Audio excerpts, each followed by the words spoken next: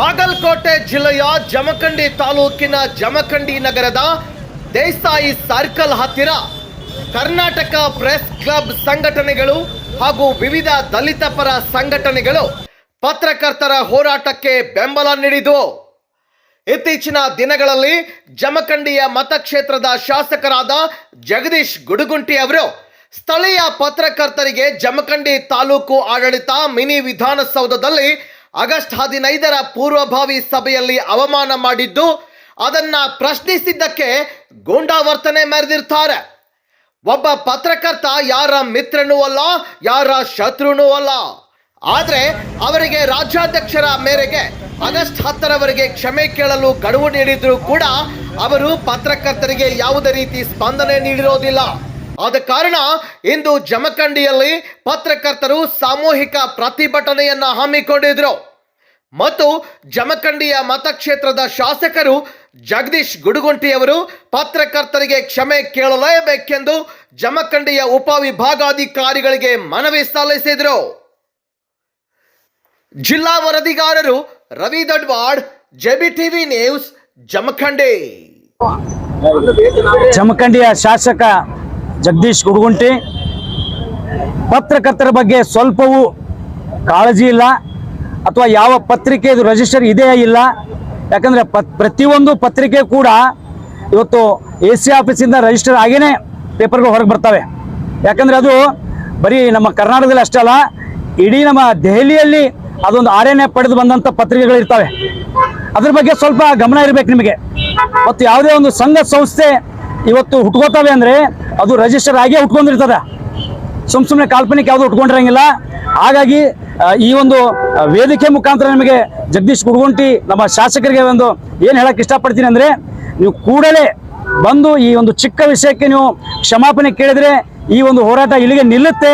ಇಲ್ಲವಾದಲ್ಲಿ ಇದು ಬಾಗಲಕೋಟೆ ಜಿಲ್ಲಾ ಅಲ್ಲ, ಇಡೀ ಕರ್ನಾಟಕದಾದ್ಯಂತ ಈ ಒಂದು ಸಂಘಟನೆ ಹೋರಾಟ ಮಾಡುತ್ತೆ. ಯಾಕಂದರೆ ಇವತ್ತು ಸರಿಸಮಾನ ಒಂದು ಕಾರ್ಯನಿರತ ಪತ್ರಕರ್ತರ ಒಂದು ಸಂಘ, ಧ್ವನಿ ಸಂಘ ಏನಿದೆ ಮತ್ತು ಕರ್ನಾಟಕ ಪ್ರೆಸ್ ಕ್ಲಬ್ ಇದೆ ಮತ್ತು ಎಲ್ಲ DSS ಎಲ್ಲ ಸಂಘಟನೆಗಳು ಒಗ್ಗಟ್ಟಾಗಿ ಇವತ್ತು ನಿಮ್ಮ ವಿರುದ್ಧ ಒಂದು ಹೋರಾಟ ಮಾಡ್ತಾ ಇದ್ದೀವಿ.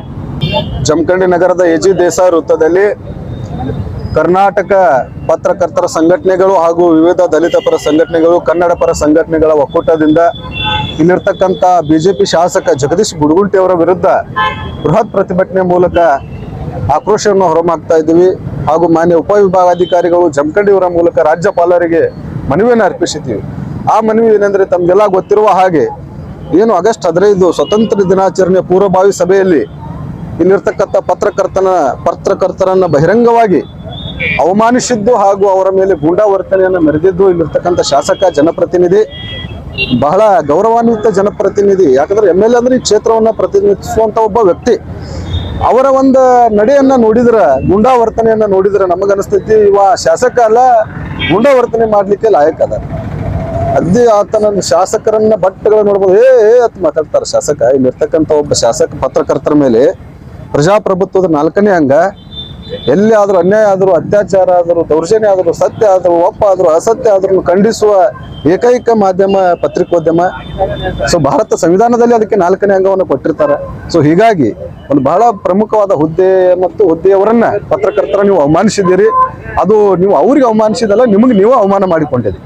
ಯಾಕೆ ನಮ್ಮ ಪತ್ರಕರ್ತದವರು ಮತ್ತು ಮೀಡಿಯಾದವರು ಒಬ್ಬ MLA ಏನವ್ರ ತಲೆಯಾಗಾಯ್ತು, ಏನವ್ರದ ಏನು ಸಂಘಟನೆ ಮಾಡಕ್ಕೆ ಅವ್ರೇನು ಇದದಾರೋ ಇಲ್ಲೋ ಅದು ಏನು ದೇವ್ರಿಗೆ ಗೊತ್ತದ. ಒಂದು ಜಮಖಂಡಿ ತಾಲೂಕಿನಾಗ ಒಬ್ಬ MLA ಮಾಡಿದ್ದಾರೆ.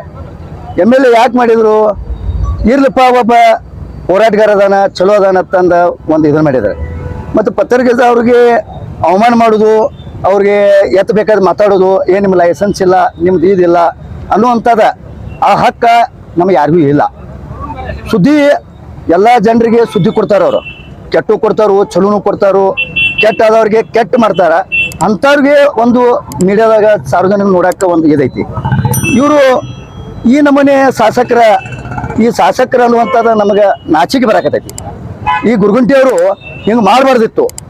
ಒಂದು ನಾವು ಹೇಳಿದ್ವಿ ಕ್ಷಮೆ ಕೇಳ್ರಿ, ಏನೋ ತಪ್ಪಾಗಿದ್ರು ಕ್ಷಮೆ ಕೇಳ್ರಿ ಅಂತ ಹೇಳಿದ್ವಿ. ನಾವು ಹೇಳಿದ್ರು ಅವರು ಗಾಡಿ ಅಂತ ಹೇಳಿದ್ರು ಮತ್ತೆ ಹೋಗುದು ಮತ್ತೆ ಬರೋದು ಕೈ ಮಾಡಿ ಅವ್ರಿಗೆ ಪೇಪರ್ ಟಿವಿದವ್ರಿಗೆ ಹಿಂಗೆ ಕೈ ಮಾಡಿ ಹೇಳೋದು ಇದು ಅವಮಾನ.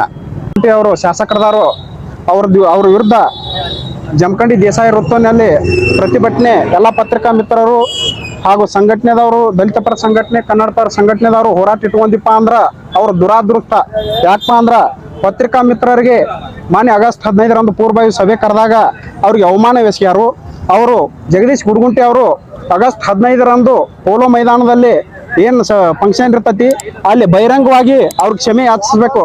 ಕ್ಷಮೆ ಯಾಚನೆ ಮಾಡಲಿಲ್ಲ ಅಂದ್ರೆ ನಾವು ಇಡೀ ರಾಜ್ಯಾದ್ಯಂತ ಉಗ್ರವಾದ ಹೋರಾಟ ಮಾಡ್ತೀವಿ. ಅದಕ್ಕಾಗಿ ಜಗದೀಶ್ ಗುಡ್ಗುಂಟಿ ಅವರು ಎಲ್ಲೇ ತಿರುಗಾಡಿದ್ರು, ಕ್ಷೇತ್ರ ತುಂಬ ಎಲ್ಲೇ ತಿರುಗಾಡಿದ್ರು ಅವ್ರಿಗೆ ನಾವು ಕಪ್ಪು ಬಟ್ಟೆ ಪ್ರದರ್ಶನ ಮಾಡ್ತೀವಿ. ಅವ್ರಿಗೆ ಜಲ್ದಿ ಆದಷ್ಟು ಬೇಗ ಪತ್ರಕರ್ತರಿಗೆ ಕ್ಷಮೆ ಯಾಚಿಸ್ಬೇಕು. ಇಲ್ಲ ಅಂದ್ರೆ ನಾವು ಅವ್ರ ವಿರುದ್ಧ ಇಡೀ ರಾಜ್ಯಾದ್ಯಂತ ಅಲ್ಲ, ಇಡೀ ದೇಶಾದ್ಯಂತ ಉಗ್ರವಾದ ಹೋರಾಟ ಮಾಡ್ಬೇಕಾಗತ್ತೆ ಅಂತ ಹೇಳಿ ಈ ಮಾಧ್ಯಮದ ಮುಖಾಂತರ ಅವ್ರಿಗೆ ಎಚ್ಚರಿಕೆಯನ್ನು ನೀಡ್ತಾ ಇದ್ದೀವಿ. ಶಾಸಕಾಂಗದಿಂದ ಸಂಪೂರ್ಣವಾಗಿ ವಜಾಗೊಳಿಸಬೇಕಂತ ಈ ಮೂಲಕ ನಾವು ಪತ್ರಕರ್ತರ ಧ್ವನಿ ಹಾಗೂ ಪ್ರೆಸ್ ಕ್ಲಬ್ ವತಿಯಿಂದ ಒತ್ತಾಯ ಮಾಡ್ತಾ ಇದ್ದೀವಿ. ಇನ್ಮುಂದಾದರೂ ಶಾಸಕ ನಮ್ಮ ಕ್ಷಮೆ ಕೇಳದೇ ಇದ್ದರೆ ಜಿಲ್ಲೆ